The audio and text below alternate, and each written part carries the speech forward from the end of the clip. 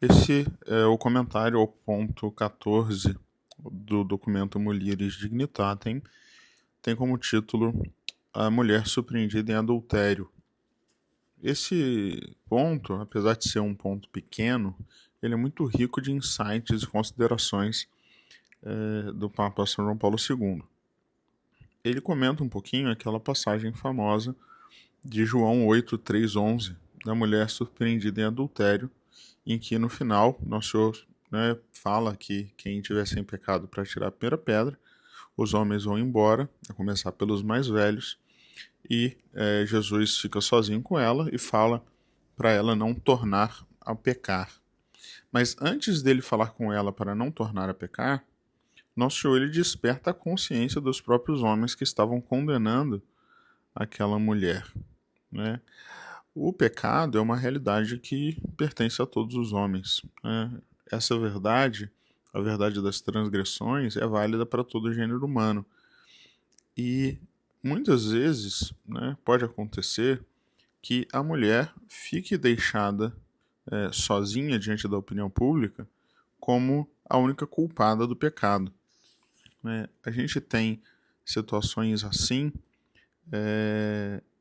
de várias maneiras. Né? Então, por exemplo, uma mulher que é prostituta, ela está vivendo no pecado, né? Mas ela não comete o pecado sozinha. Né? O homem que peca com ela está pecando tanto quanto ela. Né? É, às vezes acontece, inclusive, de mulheres que carregam, muito mais frequentemente, as mulheres carregam as consequências do pecado mais do que o homem. Né?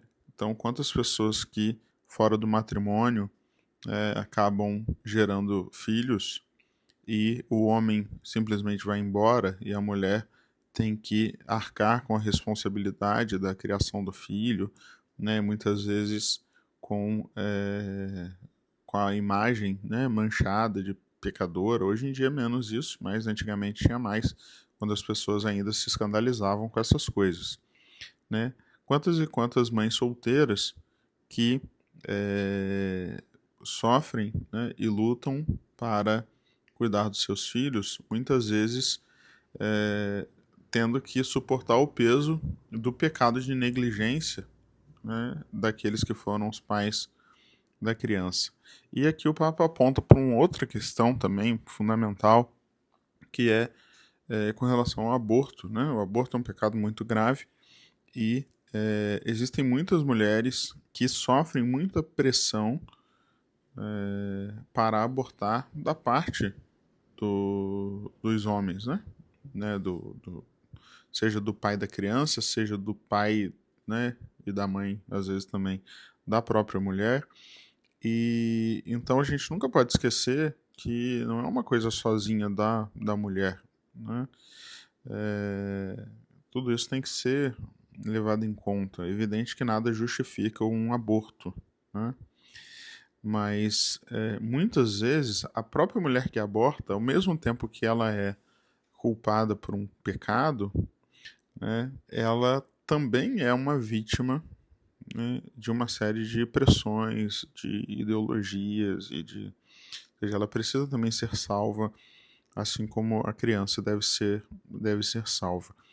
Então, essa passagem é uma passagem muito importante, em que Nosso Senhor mostra novamente que ele veio resgatar aquele mistério do princípio da dignidade do homem e da mulher, e que a mulher nunca deve ser vista como objeto de prazer e de exploração.